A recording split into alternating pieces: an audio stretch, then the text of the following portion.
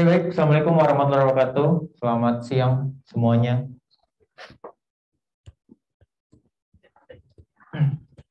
Nah, oke. Untuk pertemuan hari ini, kita bakalan masuk ke materi tentang Android developer, jadi pengembangan Android, aplikasi Android, menggunakan bahasa pemrograman Kotlin.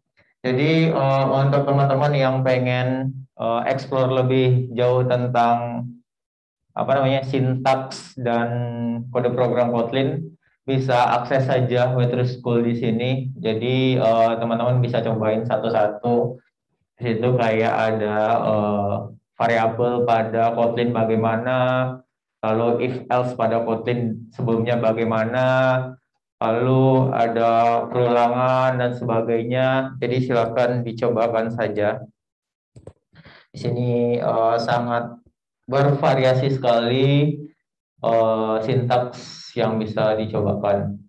Nah, untuk pertemuan hari ini sebenarnya fokusnya tidak ke Kotlin ini. Jadi di sini saya punya alternatif lain untuk mengembangkan aplikasi Android, yang dimana sebelumnya ada pertanyaan juga, kalau bagaimana sih kalau misalkan laptopnya kentang, Pak, nggak bisa jalan Android Studio. Nah, jadi saya punya alternatif ini, namanya MIT App Inventor. Ada yang pernah pakai? Nah, ada yang pernah develop pakai ini? Nah, mungkin bagi yang belum tahu, saya bakalan kasih alternatif sedikit dulu pengembangan aplikasi pakai MIT ini. Jadi ini adalah aplikasi web based, berbasis web, yang dimana menjadi alternatif kita untuk mengembangkan sebuah aplikasi Android seperti itu. Walaupun satu sisi dia tidak sepowerful Android tentunya. Kotlin, Flutter, ataupun Java dia tidak sepowerful itu. Tapi untuk kelebihannya, ya dia bisa berjalan di laptop atau PC yang kentang. Even itu PC yang Pentium yang sekiranya masih bisa browser, masih bisa berjalan. Seperti itu. Nah, dan untuk pola pengkodingannya atau pengembangannya juga di sini lebih simpel daripada Kotlin.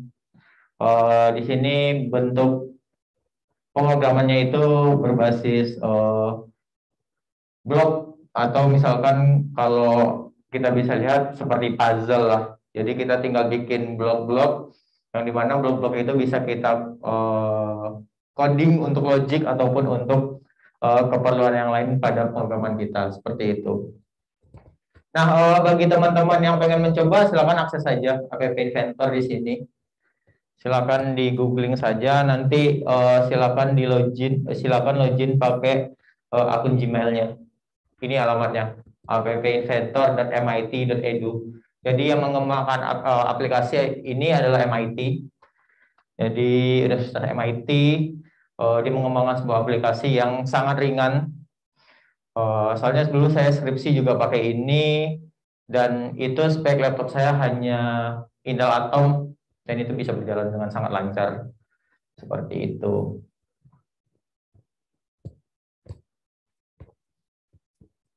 Nah, tadi saya juga sudah diskusi juga dengan Pak Tio. Jadi untuk project apakah boleh pakai ini?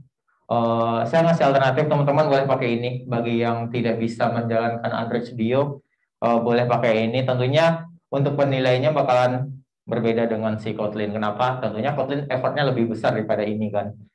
Jadi untuk penilaian projectnya juga bakalan saya bedakan seperti itu. Karena tentunya kalau pakai Kotlin kan atau pakai Android Studio, effortnya lebih besar daripada ini. Kalian harus desain XML-nya juga kalau Kotlin, terus untuk desain logiknya juga, sintaksnya juga lebih effort kan daripada ini, seperti itu. Nah, kalau misalkan kita sudah akses si halaman web ini, teman-teman bisa klik di sini create new project. Lalu silakan dikasih nama project name-nya apa. Misalkan di sini example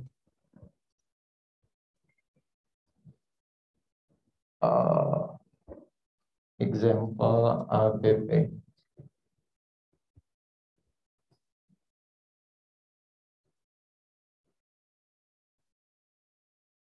Nah, di sini saya bikin nama proyeknya example_app. Nah, kalau kita sudah bikin project, secara otomatis akan tampil ke halaman dashboardnya. Jadi ini adalah dashboard dari si MIT. Jadi ada tampilan smartphone yang nantinya kanvas inilah yang nantinya bakal kita desain dengan si user interface yang ada di sebelah kanan dari saya gitu. Nah, nanti di situ ada button, ada text box, lalu ada image, label, dan sebagainya. Nanti kita bisa gunakan untuk pemrograman si aplikasi Android-nya, seperti itu. Nah, lalu di section kedua itu ada layout. Jadi layout ini nantinya bakalan berkumpulnya komponen-komponen dari user interface, dan kita bisa mengadjust si si komponen itu secara rata kiri, rata kanan, ataupun mau secara slide ataupun secara statis ataupun dinamis, seperti itu. Nah, lalu di Inventor ini juga mendukung beberapa media seperti camcorder. Camcorder kita gunakan bisa untuk video, record video, lalu kamera untuk foto, lalu image picker bisa kita gunakan untuk mengambil sebuah image, bisa itu dari Google ataupun dari kamera. Lalu ada player itu bisa untuk pemutar musik, sound, lalu ada sound recorder. Nah, yang lebih menariknya si MIT Inventor ini juga sudah didukung oleh speech recognition sama text to speech. Misalkan kita punya aplikasi yang pengen kontrol lewat suara, kita bisa pakai text to speech, lalu speech recognition-nya juga bisa kita gunakan. Misalkan kita mau bikin sebuah sistem untuk kontrol LED atau lampu menggunakan suara, itu bisa menggunakan speech recognition, seperti itu. Lalu ada video player dan sebagainya. Jadi ini bisa kita gunakan semua untuk mengembangkan aplikasi Android Studio. Nah, pertanyaannya kalau misalkan untuk IoT ini udah mengakomodir apa belum? Sebenarnya secara garis besar ini semuanya udah bisa mengakomodir semua kebutuhan di IoT, karena di IoT kan intinya hanya ada monitoring dan hanya ada kontrol. Jadi misalkan kita butuh aplikasi Android dan mengembangkannya menggunakan MIT Inventor dan selama masih akomodir, sebenarnya sah-sah saja. Tapi bedanya apa? Tentunya si MIT ini tidak se-powerful si Android Studio ataupun si Flutter. Jadi kalau misalkan mengakomodir, ya sangat mengakomodir, masih mengakomodir, seperti itu. Lalu ada drawing and animation. Jadi ini bisa digunakan untuk drawing atau perpindahan grafik. Jadi dasarnya ini pakai sumbu X, sumbu Y. Jadi kita nanti bakalan deklarasiin sumbu X, sumbu Y-nya berapa. Lalu nanti si objeknya itu dapat pindah dengan si drawing and animation ini. Seperti itu. Lalu ada juga yang namanya maps. Maps ini ya maps pada umumnya lah. Kita bisa gunakan si fitur maps ini buat tracking dari sebuah, misalkan kita punya sensor GPS, kita punya data longitude sama longitude-nya, kita tinggal masukkan ke si maps-nya. Seperti itu.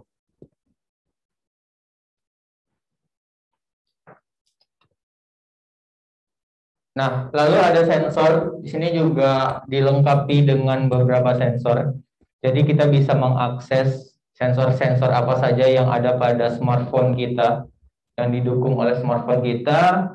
Tentunya ada akselero untuk percepatan, lalu ada barcode scanner untuk nge-scan barcode, lalu ada barometer, jam juga. Jam bisa digunakan untuk nge-get data. Misalkan kita pengen nge-get data 5 menit sekali, kita bisa pakai clock itu. Lalu ada giroskop sensor untuk orientasi, lalu ada light sensor untuk mematikan screen-nya. Misalkan kalau kita nelpon kan kadang-kadang layar kita mati tuh, itu bisa menggunakan light sensor.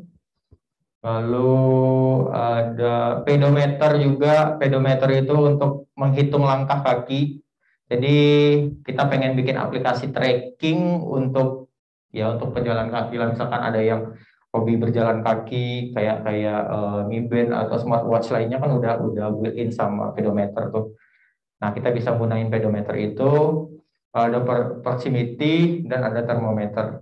Nah, jadi semua fitur ini bisa kita gunakan untuk pengembangan aplikasi pada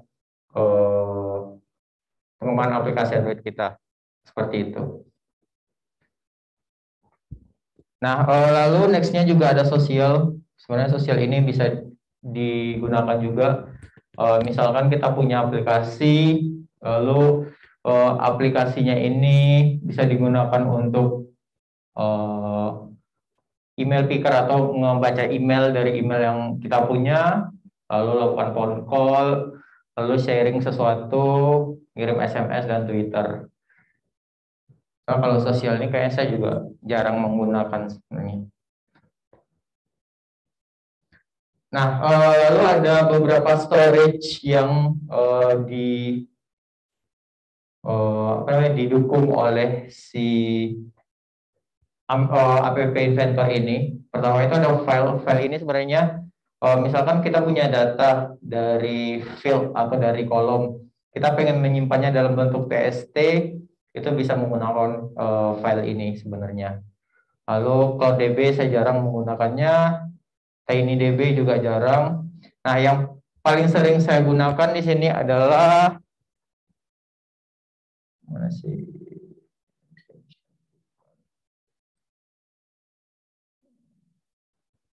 Nah, saya paling sering menggunakan Firebase database di sini. Kenapa Firebase database? Karena lebih mudah, dan beberapa microcontroller seperti ESP8266, ESP32 itu udah ada library Firebase-nya. Nah, jadi si ESP32 tinggal membaca sensor, lalu sensornya itu bakalan kirim ke Firebase. Kalau sudah tersimpan ke Firebase database, nanti tinggal dibaca aja dari si aplikasinya. Seperti itu. Nah, Firebase ini adalah database yang dimana database-nya dikembangkan oleh Google dan itu free. Jadi kita bisa menggunakan Firebase database ini untuk penyimpanan data, berbasis mobile juga bisa, berbasis web juga bisa, dan biasanya dia terintegrasi dengan Android Studio. Jadi kalau misalkan kita menggunakan Android Studio, itu lebih mudah lagi integrasinya. Seperti itu. Dan based on-nya itu si Firebase ini itu based on-nya adalah JSON. Jadi misalkan kalau kita ekspor datanya, bentuknya bakal bentuk JSON seperti itu. Jadi kita bisa gunain Firebase ini. Nah, lalu di sini ada beberapa ada extension juga sebenarnya yang bisa kita import ke dalam si area kerja kita. Jadi misalkan kita butuh beberapa komponen lain yang tidak diakomodir oleh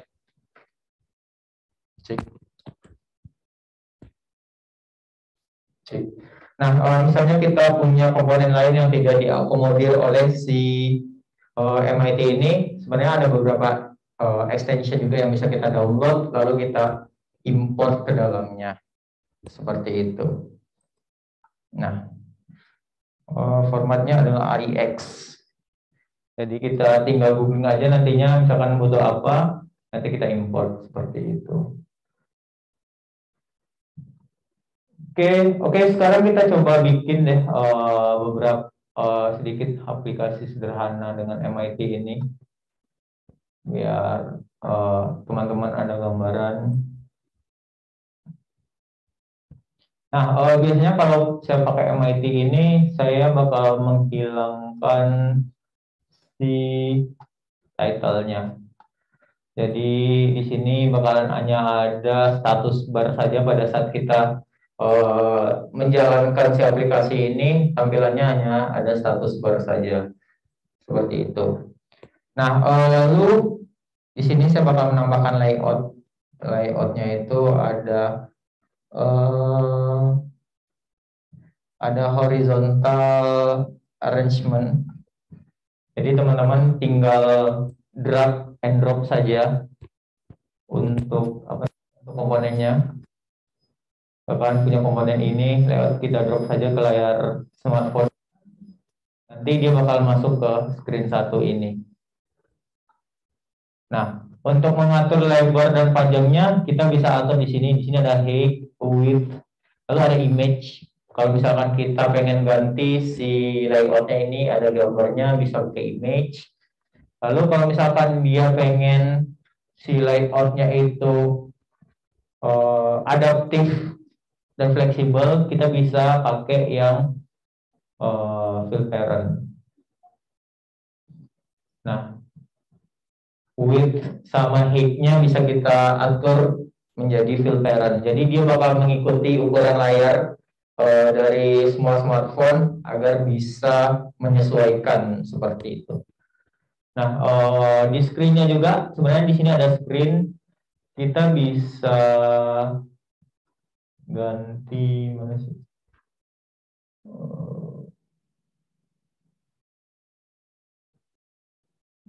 Nah, kita bisa ganti sizing-nya ini menjadi responsif. Tujuannya apa? Kan beberapa layar smartphone itu bakalan berbeda-beda layarnya, ada yang ukuran beda-beda gitu. Nah, tujuannya responsif ini agar nanti si aplikasi kita dapat menyesuaikan ukuran si layarnya.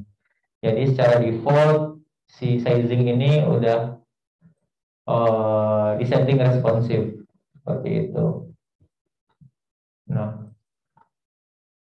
oke. Nah, sekarang saya bakalan tambahkan user interface di sini. Saya bakal tambahkan user interface. Sebelumnya line horizontal sama line vertikalnya di sini saya bikin center dulu. Biar semua komponen yang ada pada dalam layout ini bisa menjadi rata tengah. Lalu saya tambahkan label, misalkan. Lalu di bawah label ini ada text box. Oke. Nah, lalu saya tambahkan text box lagi. Oh, sorry.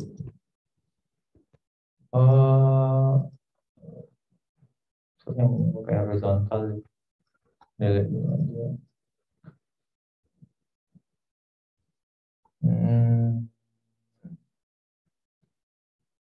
Oke, yang horizontal tadi saya ganti jadi vertikal saja. Kenapa? Biar komponennya itu bisa ke bawah semua. Oke, kita masukkan lagi user interface-nya. Pakai text box di sini. Kita ganti jadi center, center. Lalu labelnya. Text box lagi. Lalu label. Terus saya pengen nambahin button di sini.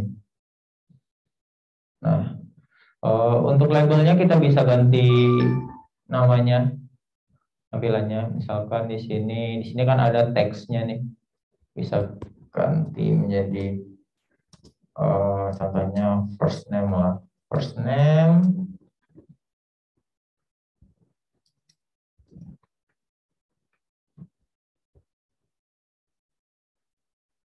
Lalu di sini bisa kita ganti menjadi last name. Nah, lalu di buttonnya kita bisa ganti juga jadi show full name.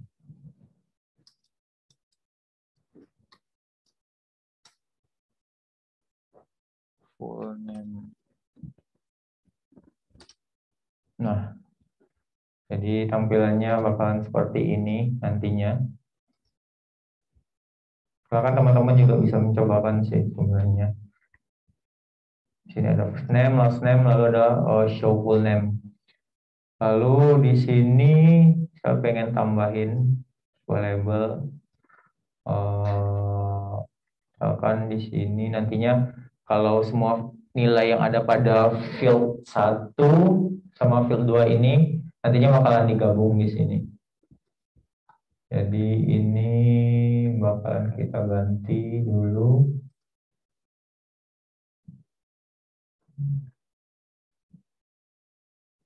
Ini jadi full name.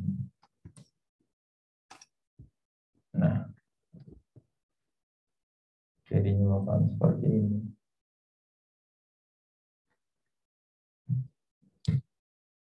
Oke, sampai di sini ada yang ditanyakan dulu, silakan. Kalau ada yang mau ditanyakan. Ya, silakan.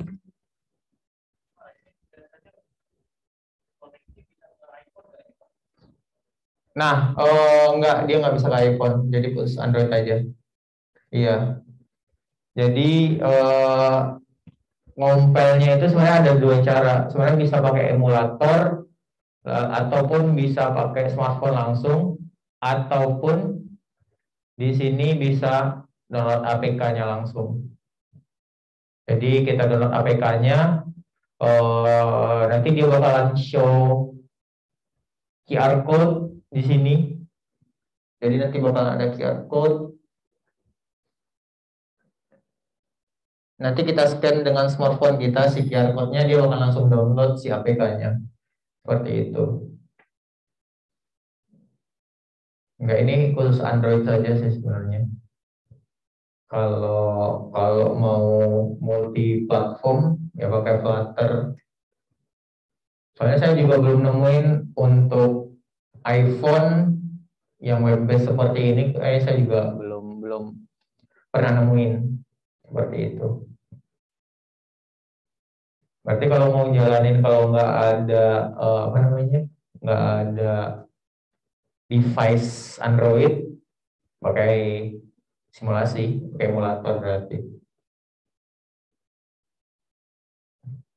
Tapi masalahnya kan kalau pakai emulator lumayan berat. Nah, jadi tampilnya gini nanti kalau misalkan kita pengen langsung download ke apa namanya, ke smartphone-nya, kita tinggal scan QR-nya aja ini. Scan QR-nya, atau misalkan kalau download langsung bisa download APK ini. Nah, kalau misalkan udah terdownload di smartphone-nya, kita tinggal install di smartphone-nya. Seperti itu. Oke, ada lagi yang ditanyakan, silakan. Kalau ada yang mau ditanyakan. Ya, silakan.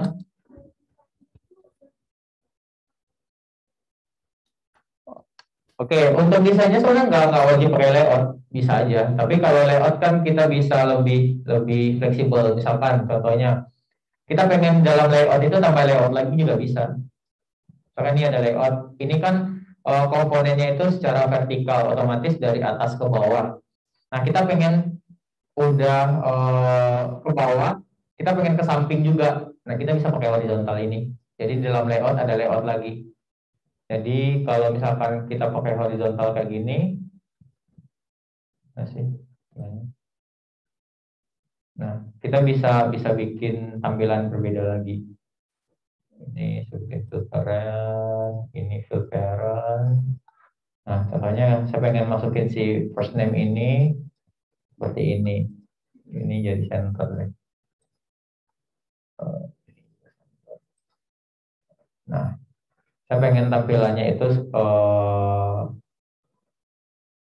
ini jangan filteran width, height-nya jangan filteran. Nah, hmm,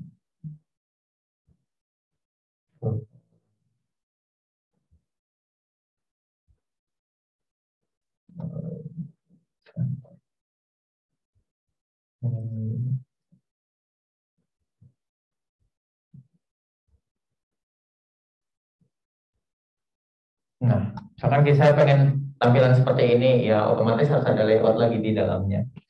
Seperti itu. Misalkan kalau nggak pakai layout, bisa saja, tapi desainnya bakalan berantakan sih kayaknya. Bakalan berantakan. Seperti itu. Ada lagi silakan yang mau ditanyakan.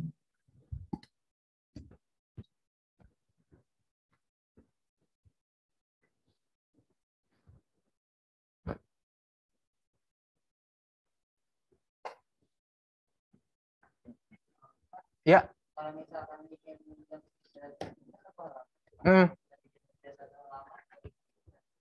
Bisa, bisa. Di sini kan ada halaman lain. Di sini ada nama screen. Nah, kita bisa add screen di sini. Misalkan tadi ini adalah screen 2. Nah, oke.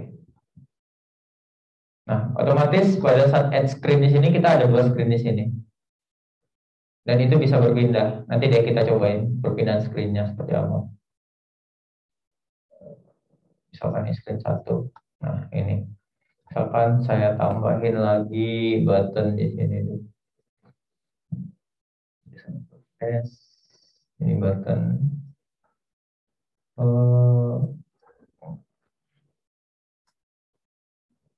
Pindah.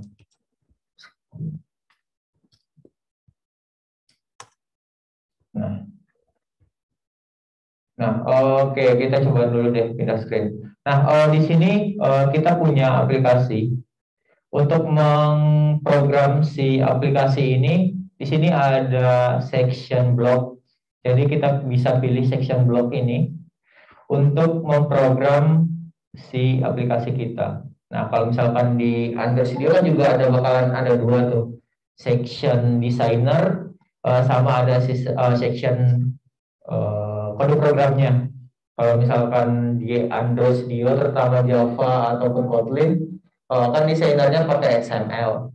Nah, kalau ini ya desainernya kita drag and drop seperti ini. Lalu untuk pemrogramannya itu pakai blok seperti ini. Contohnya tadi saya ada button pindah screen, itu ID-nya adalah button 2. Nah, kita tinggal panggil di blocks-nya di sini. Mana sih button 2 tadi? Nah, ini button 2. Nah, ini ada logiknya when button 2 klik, berarti itu di klik sekali dia bakal ngapain. Makanya ada do di sini. When button 2 klik, do lakukan apa.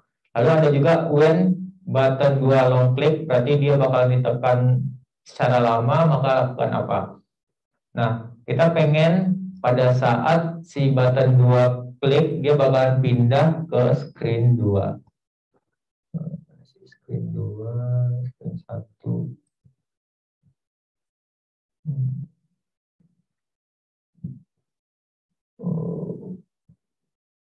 Kontrol.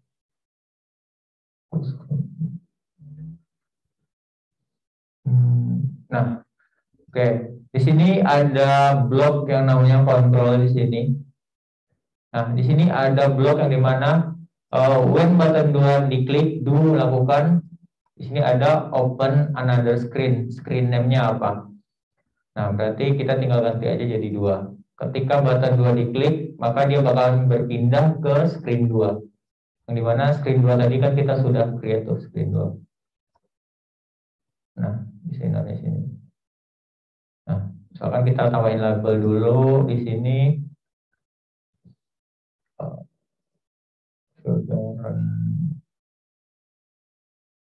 Oke, center.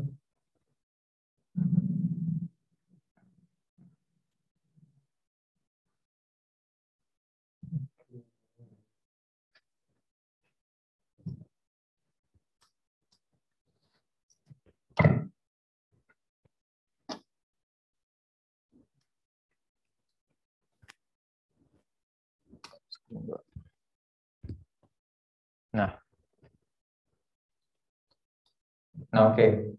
Nah, untuk mencobanya silakan di scan saja APK-nya, lalu coba jalankan di smartphone-nya. Seperti itu.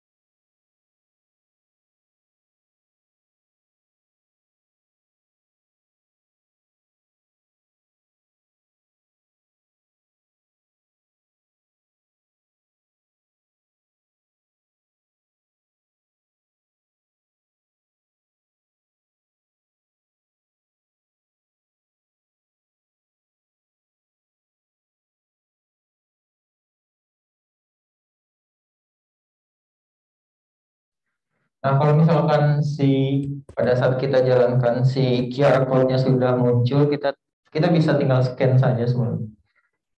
Lalu kita download, nanti bakalan menuju ke APK-nya.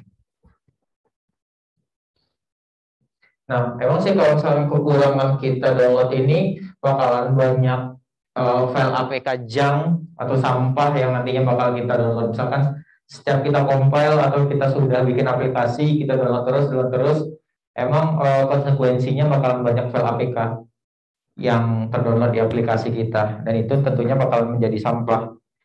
Ya mau nggak mau kita harus rajinin deletein satu persatu file APK sebelumnya. Seperti itu.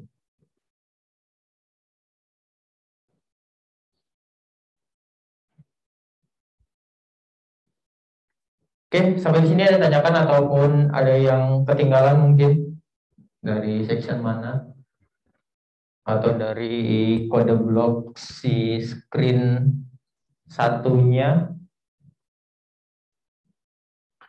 Nah, coba, oke.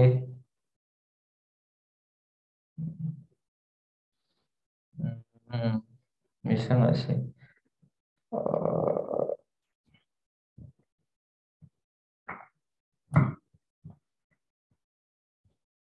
hmm,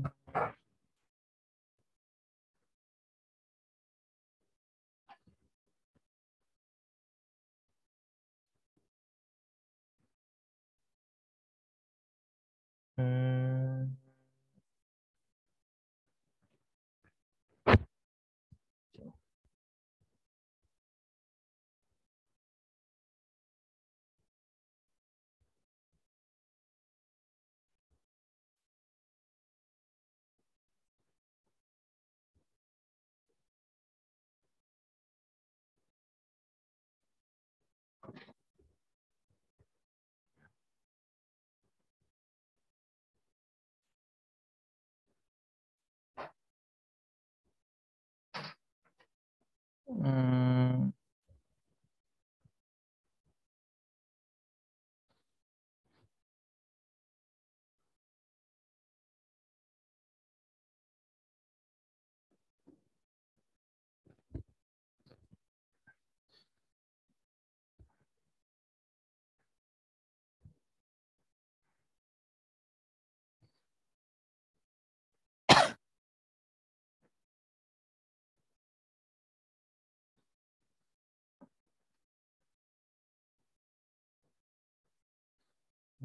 hmm, hmm.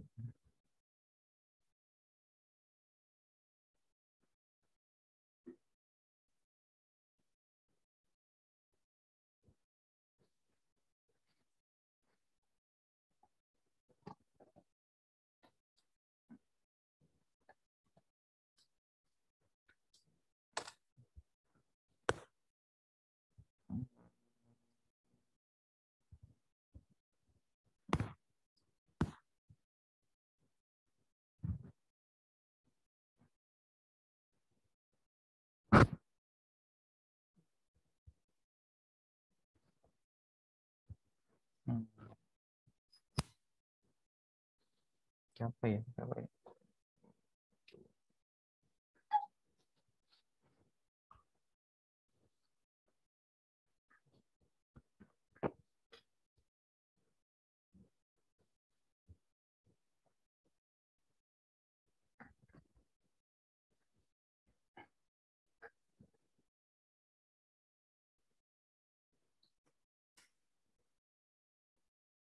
Hmm.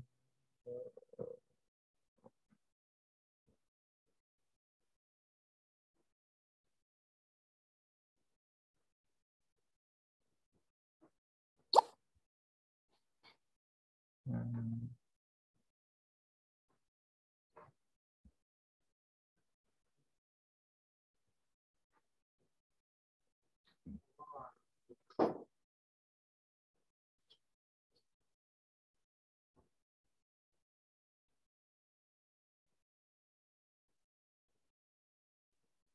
Hmm.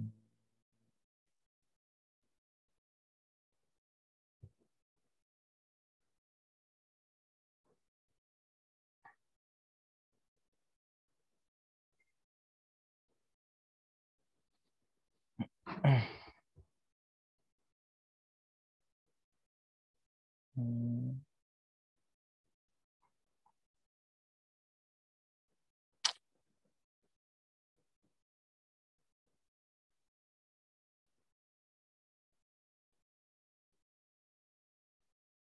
Baru dari tiket.com.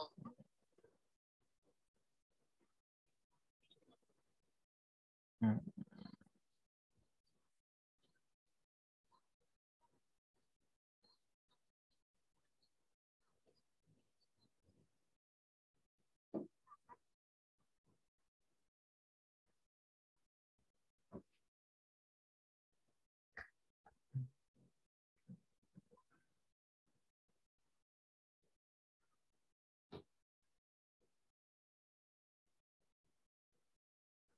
Hmm.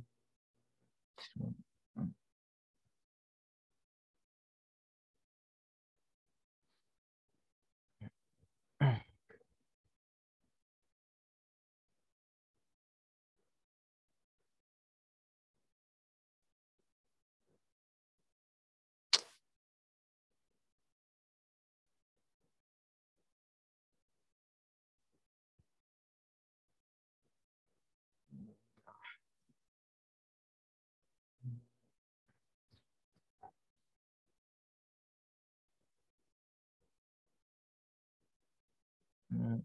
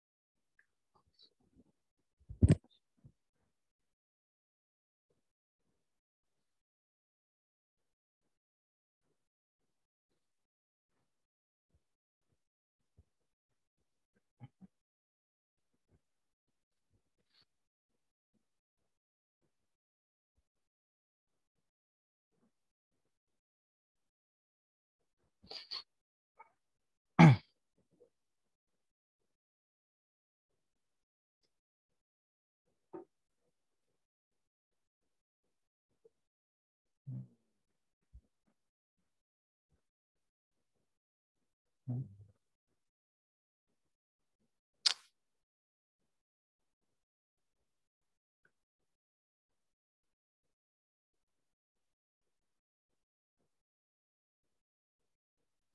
Hmm.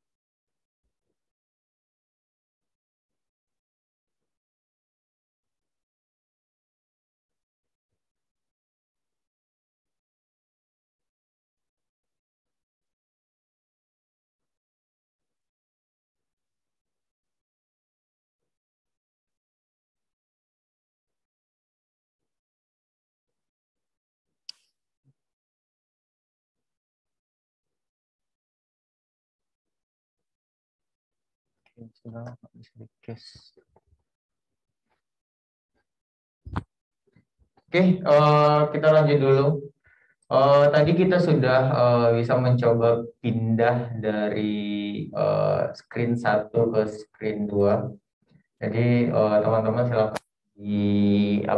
di build ke APK-nya, nanti di download lalu diinstal di smartphone-nya. Soalnya tadi saya udah nyoba nge-share atau nge-cache si smartphone saya, itu nggak ketemu aplikasinya. Soalnya saya dulu pernah pakai kayak localhost share screen gitu, nggak ketemu lagi aplikasinya kemana.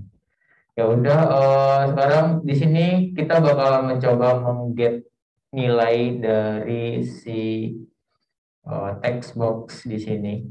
Misalkan di sini kita masuk ke section blocks. Nah, kita tinggal pilih. Nah, kita pengennya pada saat kita klik button show full name ini,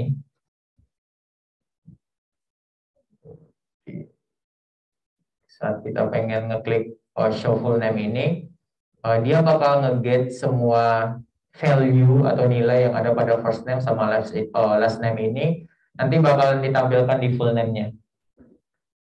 Nah, berarti otomatis kita juga bakalan memprogram si buttonnya terlebih dahulu. Misalkan di sini ada blocks, lalu saya pengen ke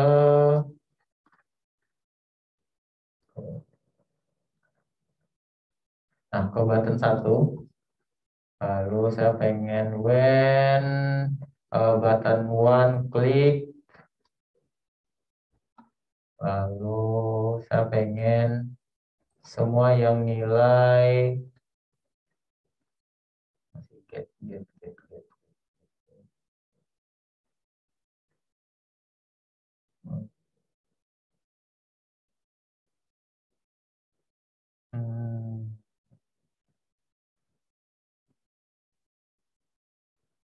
Oke, pada saat saya pengen level 3,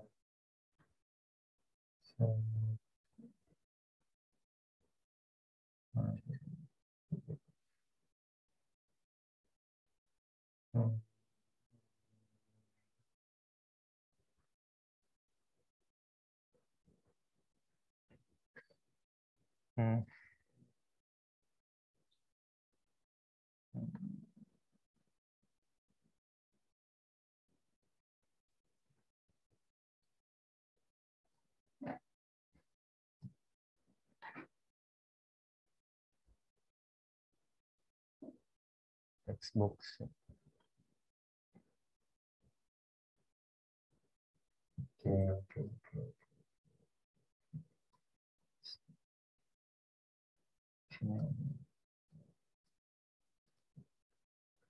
Nah, saya pengen label 3 itu saya set teksnya itu si label 1.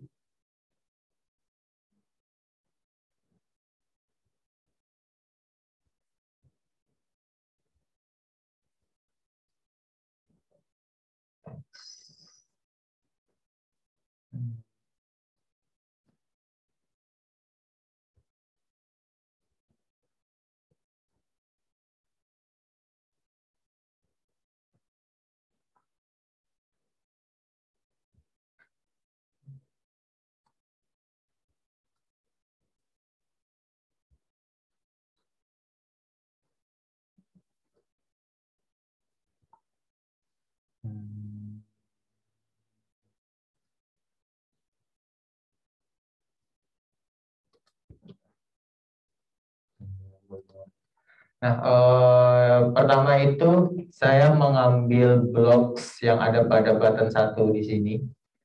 Bloknya adalah when button one click. Lalu di sini saya ambil di label 3. Jadi sebenarnya teman-teman bisa ngambil terserah saja di sini. Misalkan ini, nanti yang font size-nya ini kita ganti jadi teks di sini. Nah, tinggal diganti aja teks. Nah, lalu kita masukkan ke action-nya si button. Lalu di sini saya ada teks juga, saya ambil join di sini. Tujuannya apa? Kan kita ada 2 input, first name sama last name di sini. Nah, kita pengen ngejoinin si first name sama last name, lalu tengah-tengahnya ada spasi. Nah, oke, kita coba jalankan dulu, apakah ada error atau tidak. Coba dengan KPK.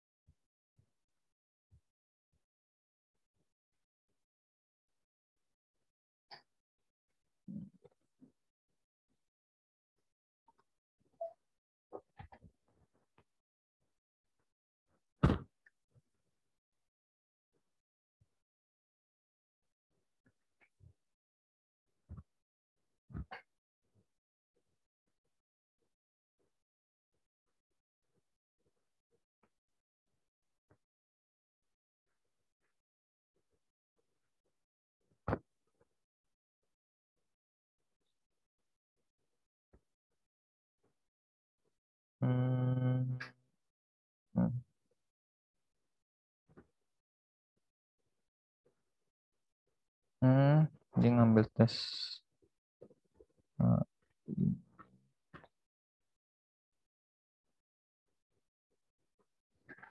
Oke, kayak ada salah. Oh,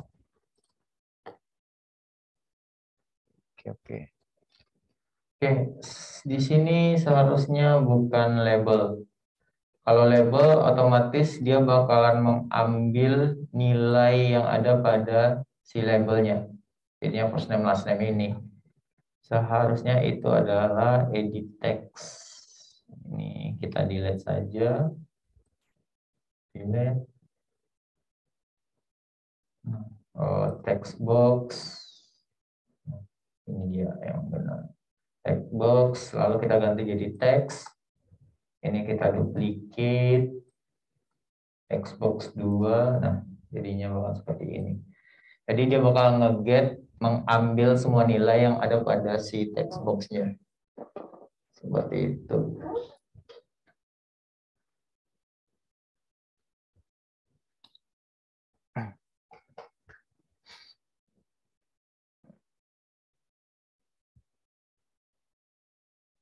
Hmm.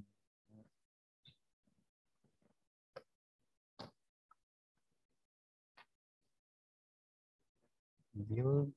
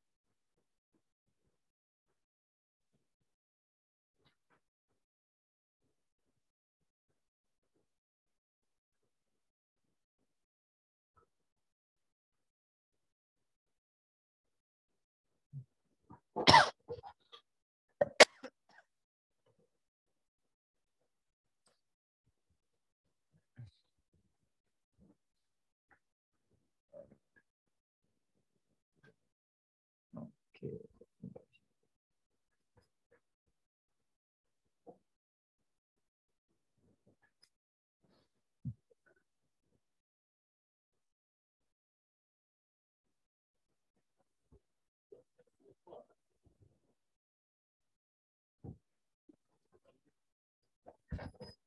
Yang mana yang ini ya? Ini ya. Ini di teks ini. Oh, sebentar lagi compile ya.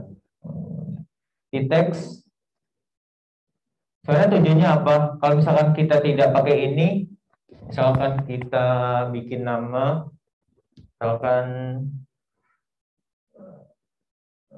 nah dia bakal nyambung dua-duanya. Jadi itu sebenarnya buat pemisah aja, ada spasi antara first name sama last name. Nah itu bisa didapat di sectionnya si teks.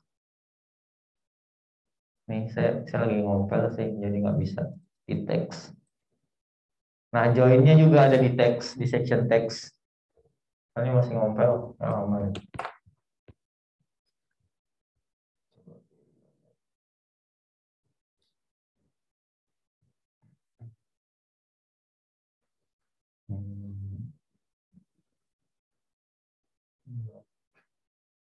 Lalu ada di teks, di sini nih yang pertama ini. Nah,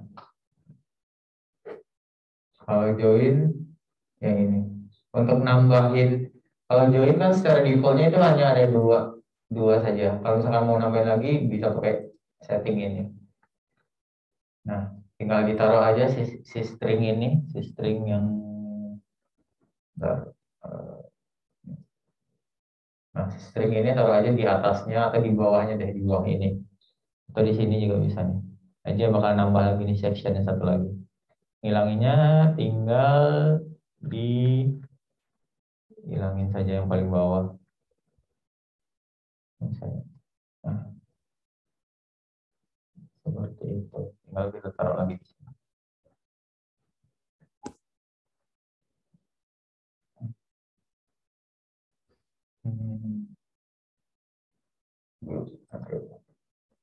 Coba.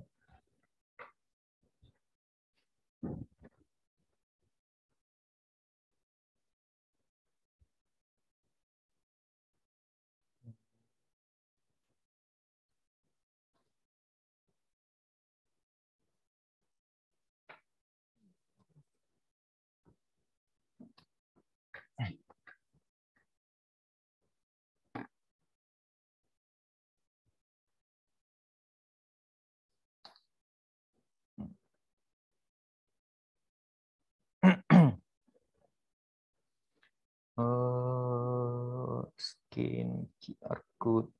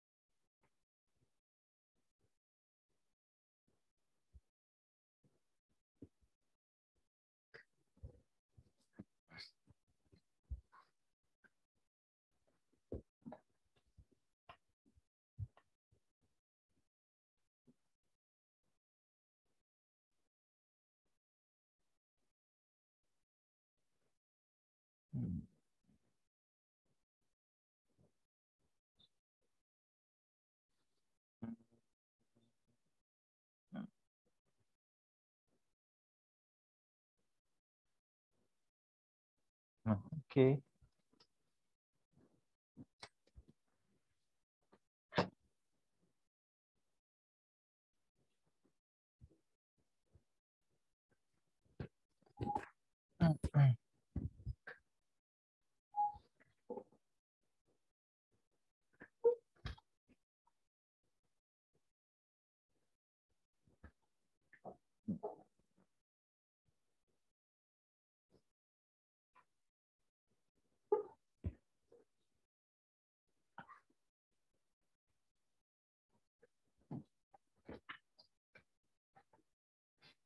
Hmm.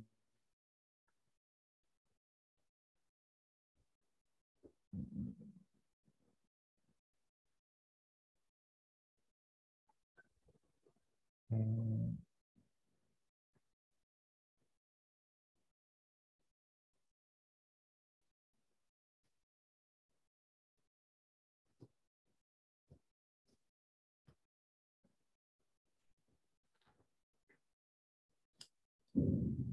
Nah, di MIT APW Vector ini kita sebenarnya juga bisa bikin passing data antara satu screen dengan screen yang lain. Kalau misalkan ini kan kita cuma bisa berpindah doang tanpa ada parsing data yang terjadi di di screen-nya. Nah, kita juga bisa bikin, misalkan kita pengen semua first name sama full name ini, first name sama last name ini juga keikut pada saat kita pindah screen. Nah, caranya itu, nah di sini ada when open another screen. Nah, di kontrol ini, di sini ada open another screen with start value screen name, lalu start value-nya apa. Nah, kita bisa taruh di sini. Ini kita hilangkan saja. Lalu dia bakalan berpindah ke screen name-nya, ke screen 2. Lalu dengan value-nya apa? Value-nya kita bisa ambil dari label 3. Atau value-nya itu kita bisa ambil dari sini mungkin. Duplicate aja ini. Duplicate, kita taruh di sini.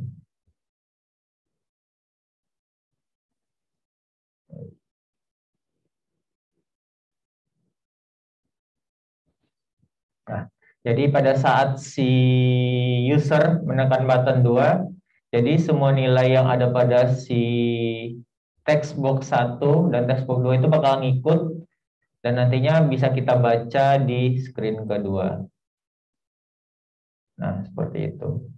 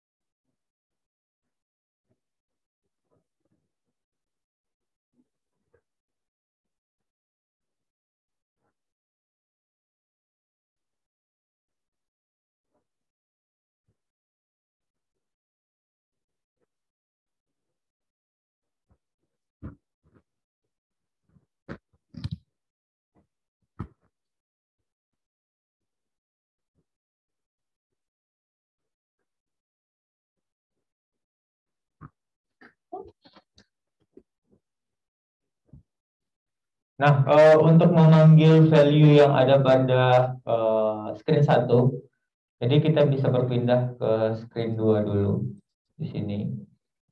Lalu tadi kita ada label 1, berarti pada saat screen 2-nya mana sih? Initialize. Berarti pada saat si screen 2 itu berpindah, label 2 itu bakalan kita set teksnya. Coba kita ambil si get start value. Nah, jadi bloknya itu kita ambil dari screen. Dari screen ini kita ambil yang initialize di sini. When screen 2 initialize, lakukan. Dia bakal melakukan atau mengambil data dari get start value yang diparsing oleh screen sebelumnya, lalu bakal di set di label 1. Oke, kita coba jalankan dulu. Bisa.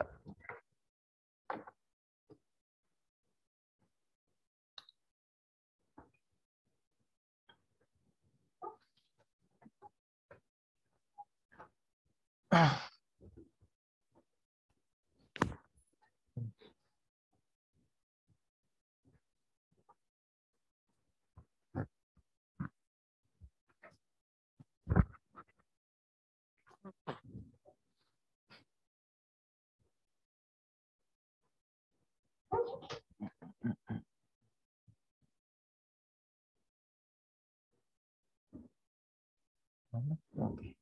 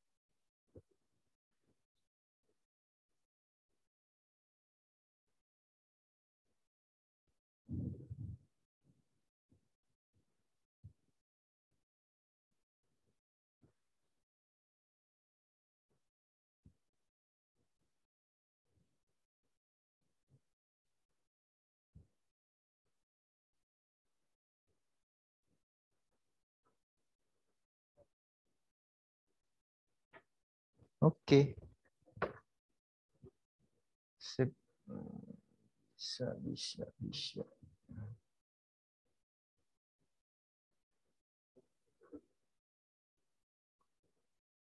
Oke. Oke, sampai di sini ada yang tanyakan, silakan kalau ada yang mau ditanyakan.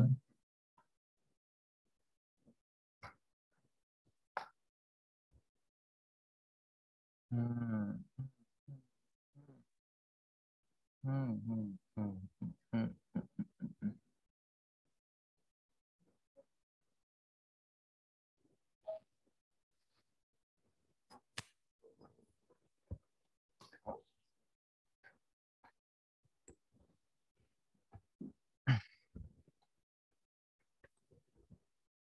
Hmm.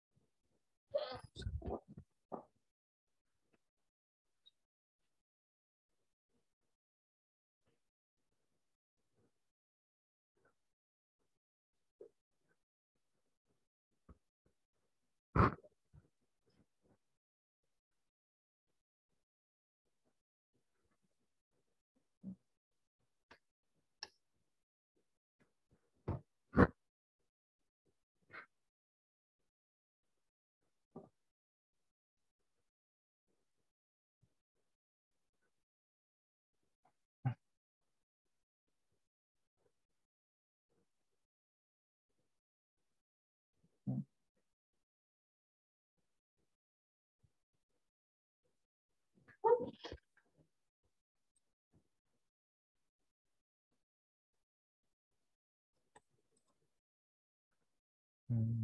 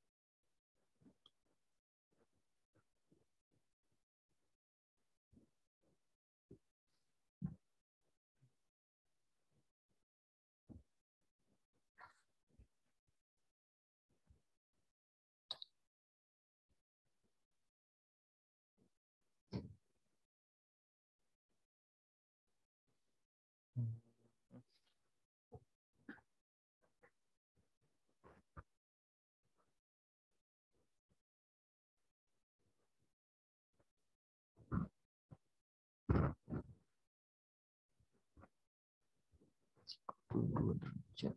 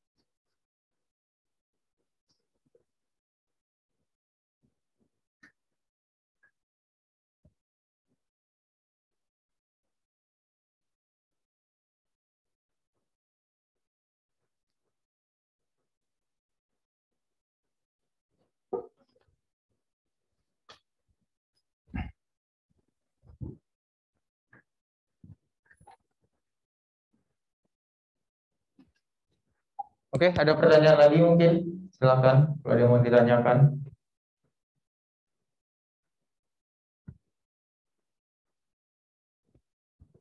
atau ada yang masih kurang jelas?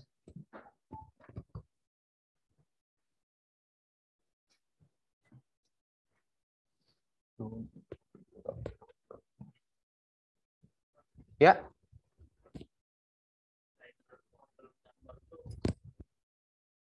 Kenapa? Pengaturan gambar yang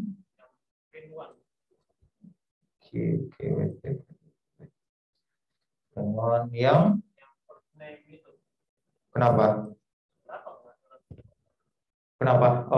Tidak bisanya kenapa? Oh, itunya layoutnya. Nah, setting layoutnya di sini yang height-nya itu automatic, yang width-nya itu fill parent. Nah, settingannya seperti itu. Lalu align horizontal jadi center, align vertikal juga jadi center.